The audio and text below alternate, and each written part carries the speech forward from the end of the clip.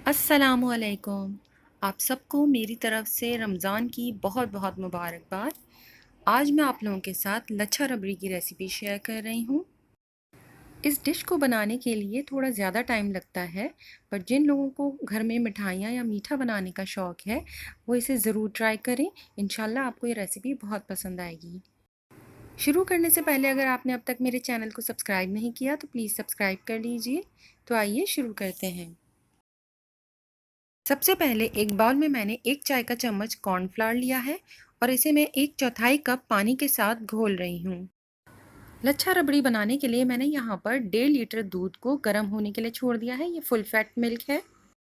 लच्छा रबड़ी बनाने के लिए ज़रूरी है कि आप किसी फैले हुए बर्तन में इसे कुक करें। मैंने यहाँ पर फ्राइंग पैन का इस्तेमाल किया है। जैसे ही दूध में बॉयल आ जाए आप इसके अंदर घोला हुआ कॉर्नफ्लावर शामिल कर दीजिए और मुस्तकिल चम्मच चलाते हुए इसे 1 से 2 मिनट तक कुक कर लें। इसके बाद आप इसे 10 से 15 मिनट के लिए हल्की आंच पर कुक होने के लिए छोड़ दीजिए। फ्लेम स्लो रखी हुई है मैंने। स्लो फ्लेम पर कुक होते हुए इसमें जैसे ही आपको ऊपर बालाई नज़र आए इसे फ़ौरन मत रिमूव कीजिएगा। इसे 10 से 12 मिनट तक हल्की आंच पर इसी तरह पकने दें और इसके बाद आप इसे किसी भी फ्लैट स्पून या स्पैचुला की मदद से एक कॉर्नर पर कर लीजिए।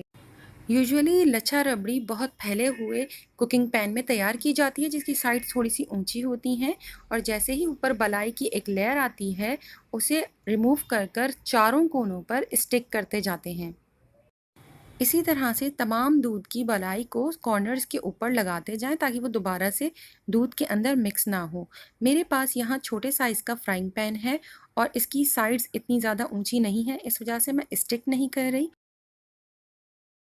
जैसे ही 10 से 15 मिनट के बाद बालाई थोड़ी सी थिक फील होने लगती है, मैं इसे स्लाइटली एक कॉर्नर पर कलेक्ट कर रही हूँ।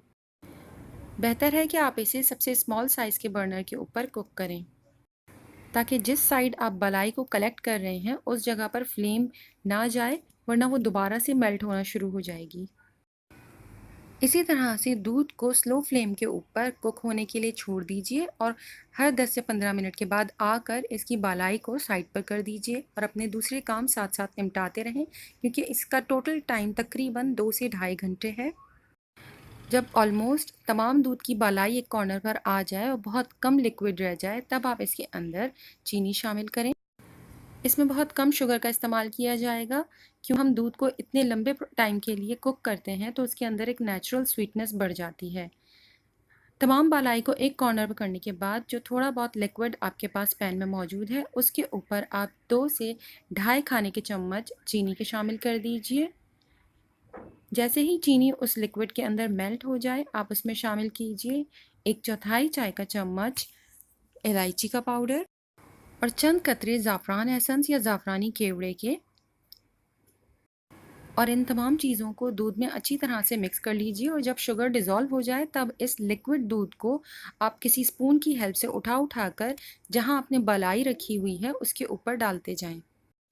मीठे दूध को बलाई के ऊपर डालने के बाद अब आप किसी फ्लैट स्पून की हेल्प से तमाम लच्छों को बहुत एहतियात के साथ डिश आउट कर लीजिए ताकि लच्छे ख़राब ना हो। रबड़ी को डिश आउट करने के बाद अगर आप पसंद करते हैं तो इसके ऊपर थोड़े से नट्स स्प्रिंकल कर दीजिए। यूजुअली रबड़ी के ऊपर कोई भी ड्राई फ्रूट नहीं होता है, सिर्फ पिस्ता रबड़ी के ऊपर थोड़ा सा पिस्ता स्प्रिंकल किया जाता है। लच्छा रबड़ी को बहुत ज़्यादा ठंडा करने के बाद आप इसे सर्व करें। इसे डिश आउट कीजिए और 5 से 6 घंटे के लिए कम अज़ कम फ्रिज में ज़रूर रखें ताकि इसकी जो लच्छे की लेयरिंग्स हैं वो बहुत अच्छी तरह से सेट हो जाएं। मज़ेदार सी लच्छा रबड़ी को इंजॉय कीजिए। अगर आपको ये रेसिपी पसंद आए तो प्लीज़ लाइक शेयर और कमेंट कीजिए और मेरे चैनल को सब्सक्राइब ज़रूर कीजिएगा। अपना और अपनों का बहुत ख्याल रखें। अल्लाह हाफ़िज़।